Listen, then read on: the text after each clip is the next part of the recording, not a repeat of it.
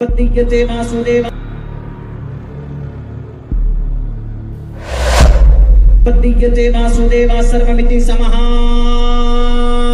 सुदुर्लभः उदारा। ख्यालो फिक्र का मौसम हसीन रखते हैं, ख्यालो फिक्र का मौसम हसीन रखते हैं, मिलेगी वादिये जन्नत यकीन रखते हैं, और दिल के हर एक शेर पर पैसा निकलने लगता है। अरे ये इस शक्ल में नहीं है कि हम उनको कह सकें कि मौजूदा किताब अल्लाह की तरफ से नाजिल की गई है। सिर्फ एक किताब रह जाती है, आमास्था है, बसातीर है, ये भी किताबें हैं। और फिर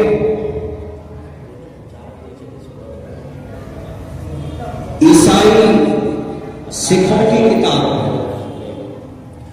जैन मजहब की भी किताब, आवाज सिखों की किताब, उनके 10 गुरु नानक गुरु गोविंद सिंह की लिखी हुई जो 10 गुरुओं की संदेश है, आदि ग्रंथ में उनका शुमार होता। उनके यहाँ भी तफसील नहीं है कि वो किताबें ईश्वर की नहीं है, क्योंकि गुरु ने लिखी है तो गुरु की किताब। दुनिया की कोई भी किताब अपना मकाम मर्तबा नहीं बता सकती। अगर कोई किताब अपना मकाम मर्तबा बताती है तो अल्लाह का कलाम।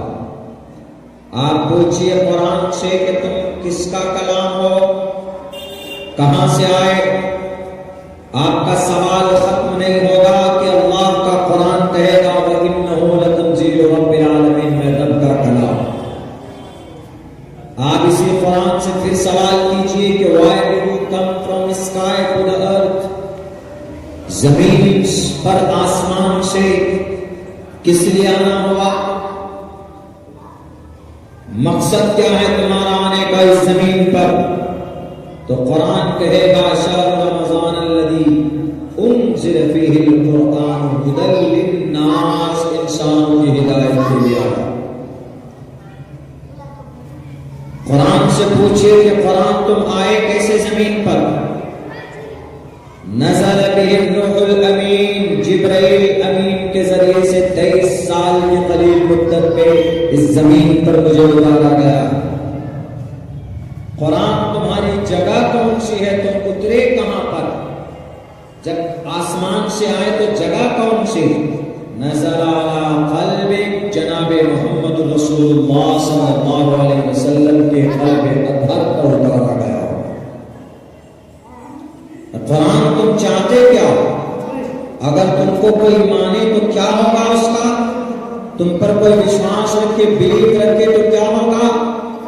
अल्लाह के नबी की हदीस कहती है इन्नल्लाह यरफ़उ बिहाज़ल किताबि अक़वामन, अल्लाह ने इस कुरान से कौमों को सरबुलंद किया, और इसी किताब को छोड़ने की वजह से, इस कुरान से रिश्ता तोड़ने की वजह से बहुत से कौम, बहुत से लोग इस जमीन पर जलील और रुस्वा भी हुए। कुरान तुम्हारे अंदर जो अहकामात हैं, तुम्हारे अंदर जो पैगामात हैं, उन पर अमल करने से क्या होगा? मन अता अल्लाह व रसूलहु फक़द फ़ाज़, वो इंसान कामयाब होगा जो कुरान, हदीस, अल्लाह और उसके रसूल की बातों को मानेगा, इत्तिबा करेगा, तो डेफिनेटली वो कामयाब होगा। ये कुरान है, तो कुरान का चैलेंज है। ऋग्वेद से सवाल कर दीजिए कि ईश्वरीय ग्रंथ तो ईश्वरियों कहां लिखा, नहीं बता सकते। बाइबल से पूछिए, आज के बाइबल से नहीं। और फिर दुनिया की सारी किताब बदल दी गई, कुरान नहीं बदली थी। कुरान बदला नहीं कि आज तक उसी सूरत में, उसी शक्ल में। क्यों? तौरात ज़बूर को भी तो अल्लाह ने नाज़िल किया है, लेकिन तौरात ज़बूर तो बदल दिए गए। 350 सहीफे आसमान से जमीन पर अल्लाह ने उतारे, 350 किताबें, सारी किताबें बदल दी गई, लेकिन सिर्फ कुरान इस जमीन पर उसी शक्ल में है, उन्हीं अहकामात के साथ, उन्हीं अल्फाज के साथ आज भी है जैसे अब से 1458 साल पहले जिस अंदाज में अल्लाह ने नाज़िल फरमाया था।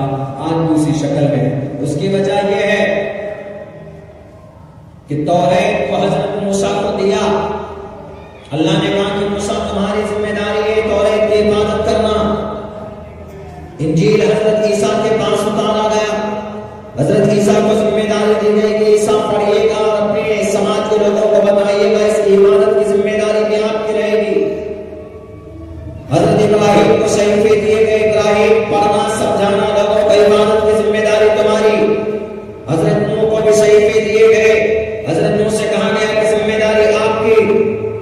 لیکن جب قرآن کی باری آئی تو اللہ تبارک و تعالیٰ نے کہا کہ اے محمد قرآن تو اتارنا ہوں آپ پر، پڑھیے گا صرف آپ، لیکن اس کی حفاظت کون کرے گا؟ تو اللہ تبارک و تعالیٰ فرماتا ہے کہ آپ پڑھیے گا بے فکر ہو کر، یہ قرآن کو میں اتارنا ہوں، ہم اتارتے ہیں اس قرآن کو، ہم نازل کر رہے ہیں اس قرآن کو، اور اس کی حفاظت ہماری ذمہ داری ہے۔